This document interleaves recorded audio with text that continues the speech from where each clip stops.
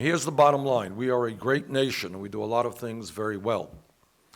But in terms of paid family and medical leave, we are far, far, far behind every other industrialized country on earth, and virtually every country on earth, including poor developing countries. In fact, we are the only major country on earth that does not provide paid family and medical leave. And let me just give you some examples, just a few, of what goes on in other countries. In Canada today, parents are guaranteed 35 weeks of parental leave at 55% of their salary. In France, parents are guaranteed at least 6 months of paid maternity leave at more than $625 a month. In Germany, parents are guaranteed 1 year of paid leave at 67% of their salary. In Norway, working parents who have a baby are entitled to 49 weeks of paid leave at 100% of their wages. Now, all of these countries, not just the countries that I mentioned, but every other major industrialized country understands a few basic facts. And they understand that when a mom has a baby, when a dad has a baby, these are the most important weeks and months of that family's life. And that it is absolutely necessary that parents have the right to get to know and love their babies, to bond with their babies, to stay home with their babies. And what these countries know, that it is a very bad thing to force a mother to separate from her baby because she simply does not have the money to stay at home. I want you all to think about, we talk a lot about family values in America, and yet there are babies being born in Iowa, babies being born in Vermont today, who, because their moms do not have sufficient income, within a week, within 2 weeks, within 3 weeks, those moms are going to have to be separated from their babies because they have to go back to work, earn enough money to take care of their families. Truth is that 23% of mothers who have jobs in America have to go back to work just 2 weeks after giving birth. This is not a family value. This is the opposite of what a family value should be. The Family and Medical Leave Act, which all of you know was signed into law in 1993, only provides 12 weeks of unpaid family and medical leave to workers employed in a company with over 50 workers. That is totally inadequate. In my view, and I have to say this is a fairly conservative approach, every worker in America should be guaranteed at least 12 weeks of paid family and medical leave.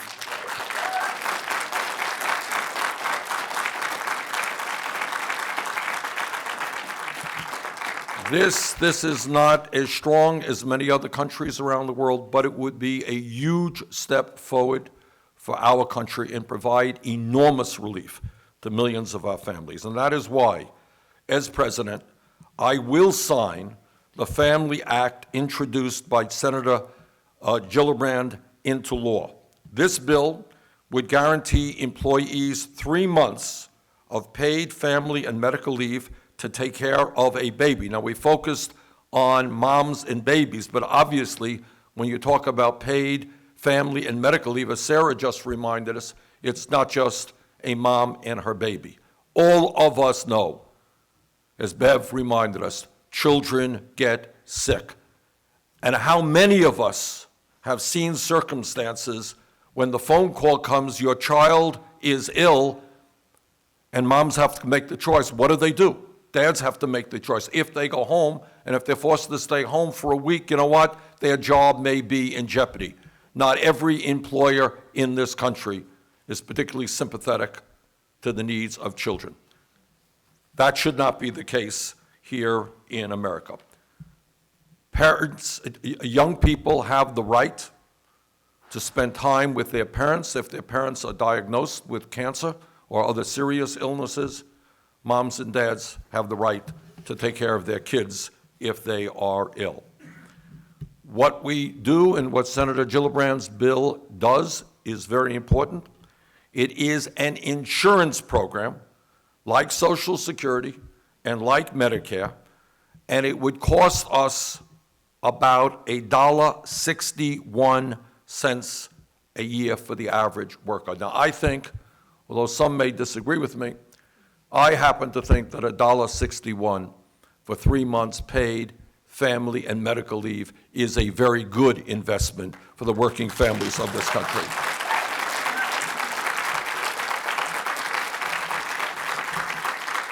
And I am happy to tell you that this legislation has the support of 19 members of the United States Senate, including, I think, almost all of the progressive members of the Senate. In the House, it is introduced by Congresswoman Rosa DeLauro, and it has more than 100 co-sponsors in the House. In this country, we are beginning to make some progress on this issue. The good news is that 3 states have already guaranteed paid family and medical leave, and that is California, New Jersey, and Rhode Island, and Washington State should be implementing this policy soon. California and New Jersey guarantee workers 6 weeks of paid family and medical leave, and in Rhode Island, workers are guaranteed 4 weeks of paid family and medical leave. All of these programs are funded by a payroll tax similar to the Gillibrand bill. The time has come as a nation to say that in the United States, we are going to join every other major country on earth and virtually every other developing country to recognize that when a mom has a baby, she has the right to stay home with that infant, that when a parent of a worker is sick, a worker has a right, a son or a daughter has a right to stay home with their parents, and when a child gets ill, a parent has a right to stay home with that child. This is exactly what we have got to do, and this is what I intend to do as president. Now, here is an area where Secretary Clinton and I have a different point of view. She has talked in vague and general terms about the need for paid family and medical leave. She has not described how she will pay for it, and she is not supportive of the major piece of legislation introduced by Senator Gillibrand and Congresswoman Rosa DeLauro. Apparently, she believes that a $1.61 a week payroll tax on the average worker is too high a price for 3 months of paid family and medical leave. I strongly disagree with that.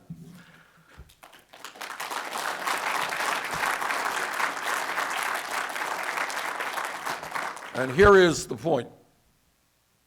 The point is, and I want people to think about this, is that if President Franklin Delano Roosevelt had taken the same position that a small payroll tax was unacceptable, we would not have Social Security in this country.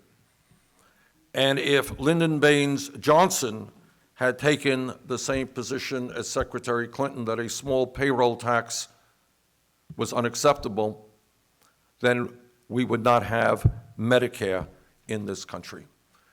The strength of a very small and modest increase in the payroll tax enshrines these pieces of legislation into our country, makes every worker own this legislation. This is not something that, well, we got a tax over here, maybe it'll be gone next year. Social Security is strong because we're all involved in it. Medicare is strong because we are all involved in it. Bottom line is, to my mind, the expenditure of $1.61 a week to guarantee that every worker in this country will have 3 months of paid family and medical leave is good public policy, and it is something that we must do. And I will not only do everything that I can as a senator to see that this legislation is passed, I will be very proud to sign it as President of the United States.